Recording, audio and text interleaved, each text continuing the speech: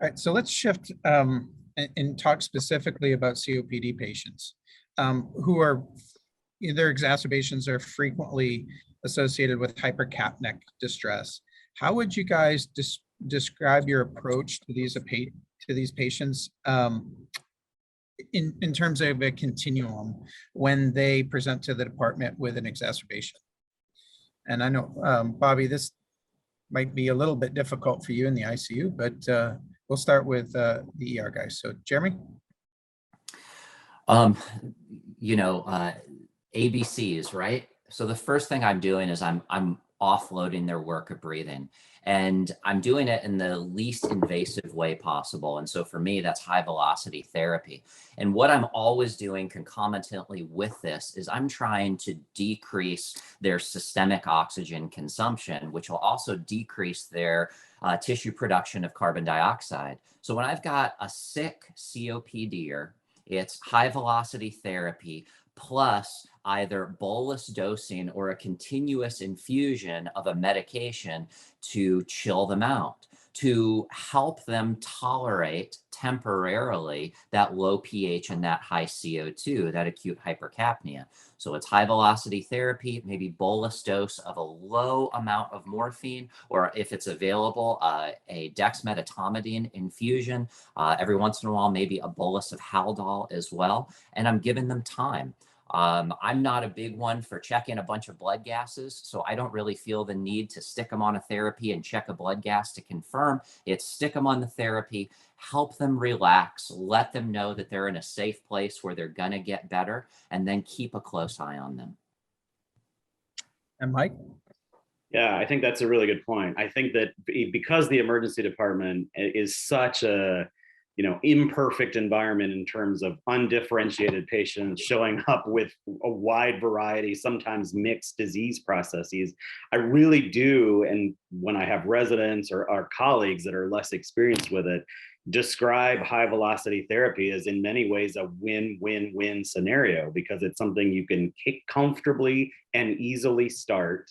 It is well tolerated by the patient, and you get a rapid improvement. And the win on top of that, I guess there's a fourth win really, is that you can continue to get information from the patient, and you really see a dramatic improvement right in front of you. And if it doesn't, then it kind of clues you in that there may be some other disease processes, but for the most part, it is a safe therapy that can be applied across a wide variety of underlying diseases, and it helps you get information. All of us know and have had the experience of having a patient arrive by BiPAP, placed by the EMS world. We transition immediately to in the emergency department BiPAP, and the best you can get is nods or kind of if they're even able to give you that information. So it has really become my go-to in the emergency department for undifferentiated respiratory distress, even if an EMS unit has placed them on BiPAP first. I transition over to Vapotherm on arrival, both because I can get more information and I know the therapy is going to work. Bobby?